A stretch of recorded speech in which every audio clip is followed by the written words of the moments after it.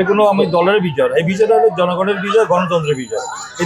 এই যে মানুষের যে দীর্ঘদিনের যে প্রত্যাশা ছিল, 17 বছরের যে অপেক্ষা ছিল, যে তারা কি অবাধ সুষ্ঠু নিরপেক্ষ নির্বাচনের জন্য অপেক্ষা করেছিল, নির্দলীয় নিরপেক্ষ সরকারের অধীনে তাদের যে প্রত্যাশা যে তাদের ভোটাধিকারটা প্রয়োগ করবে, সেই ভোটাধিকারের মধ্য দিয়ে তার একটি গণতান্ত্রিক সরকার প্রতিষ্ঠা হবে, পছন্দের প্রার্থী পছন্দের দল নির্বাচিত হবে, যেই দল আমাদের খেয়ানত করবে না এবং দেশে আইনের শাসন, বিচার বিভাগের স্বাধীনতা, ন্যায় বিচার, মানবাধিকার এবং মানুষের যে মৌলিক অধিকারগুলি, সাংবিধানিক অধিকারগুলি সংরক্ষিত হবে, তার জন্য লড়াই করেছিল।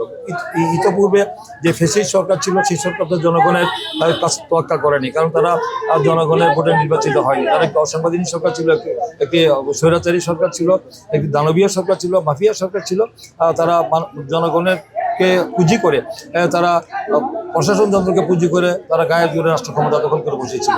এখন আমাদের জনগণের যে সত্যিকার অর্থে যে আজকে কালকে যে 12ই ফেব্রুয়ারি যে ঐতিহাসিক ত্রয়োদশ জাতীয় সংসদ নির্বাচন অনুষ্ঠিত হলো, সেই নির্বাচনের মধ্য দিয়ে যে অবাধ সুষ্ঠু গ্রহণযোগ্য ইনক্লুসিভ এবং ক্রেডিবল একটি অংশগ্রহণমূলক উৎসবমুখর পরিবেশের মধ্য দিয়ে তাদের পছন্দের প্রার্থীকে তারা বিজয়ী করতে পেরেছে, নির্বাচিত হয়েছে। যে জনপ্রতিনিধিরা তারা মহান জাতীয় সংসদে গিয়ে তারা সেখানে জনগণের কল্যাণে মঙ্গলে কাজ করবে এবং জবাবদিহিতামূলক সরকার প্রতিষ্ঠা হবে, যেন অতীতের থেকে শিক্ষা নিয়ে। কেন বিগত দিনে যে কারণে এই ফ্যাসিস্ট সরকার, আওয়ামী সরকার, তারা আজকে নির্বাহী আদেশে নিষিদ্ধ হয়েছে এবং জনগণের প্রত্যাখ্যাত হয়েছে এবং আজকে সেই দলটি নির্বাচন করতে ব্যর্থ হয়েছে এবং দেশ ছেড়ে পালিয়ে যেতে বাধ্য হয়েছে। এই ধরনের যে অভিজ্ঞতাকে আমরা সামনে রেখে আমরা আগামী দিনে দেশ পরিচালনা আমরা করব। আমাদের দলের নেতা, আমাদের চেয়ারম্যান তারেক রহমান, তিনি দীর্ঘ 27 বছর প্রবাসী থেকে দেশের মানুষের গণতন্ত্র পুনরুদ্ধারের জন্য, মানুষের আইনি শাসন, বিচার বিভাগের স্বাধীনতা, ন্যায় বিচারের জন্য, মানুষের ভোটাধিকারের জন্য লড়াই করেছে। ওয়ালটন বিএলডিসি ফ্যান, খরচ বাঁচে 65% পর্যন্ত। ওয়ালটন বিএলডিসি ফ্যান ছড়ায় স্বস্তির সবুজ হাওয়া।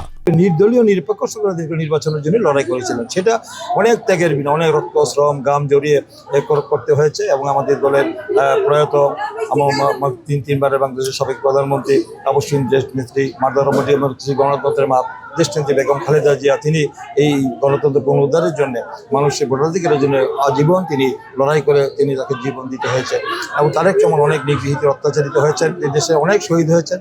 আমাদের দীর্ঘ 17 বছরে আন্দোলন করতে গিয়ে হাজার হাজার নেতাকর্মী তারা জীবন দিয়েছে, তারা আপনার গুম হয়েছে, খুন হয়েছে, অন্যায়, অত্যাচার, নিপীড়ন, নির্যাতন, গুম শিকার হয়েছে এবং বৈষম্য বিরোধী আন্দোলন আপনারা দেখেছেন যে কীভাবে সেখানে আমাদের দলেরই প্রায় 422 জনকে শহীদ হয়েছে, শাহাদত বরণ করেছে।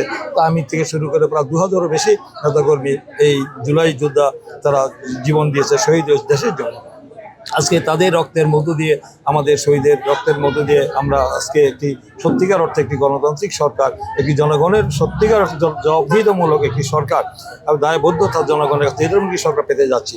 আমরা আশা করি আগামী দিনে যে সরকারটি আমাদের যে আমরা যেটা দৃশ্যমান দেখতে পাচ্ছি, বাংলাদেশ জাতীয়তাবাদী দল বিএনপি, দানেশের প্রার্থীরা যে নিরঙ্কুশ সংখ্যাগরিষ্ঠ আসন পেয়ে বিজয়ী হয়েছে, তারাই আগামী দিনে এই দল বাংলাদেশ জাতীয়তাবাদী আমার দল, তারা আগামী দিনে এই সরকার গঠন করতে যাচ্ছে।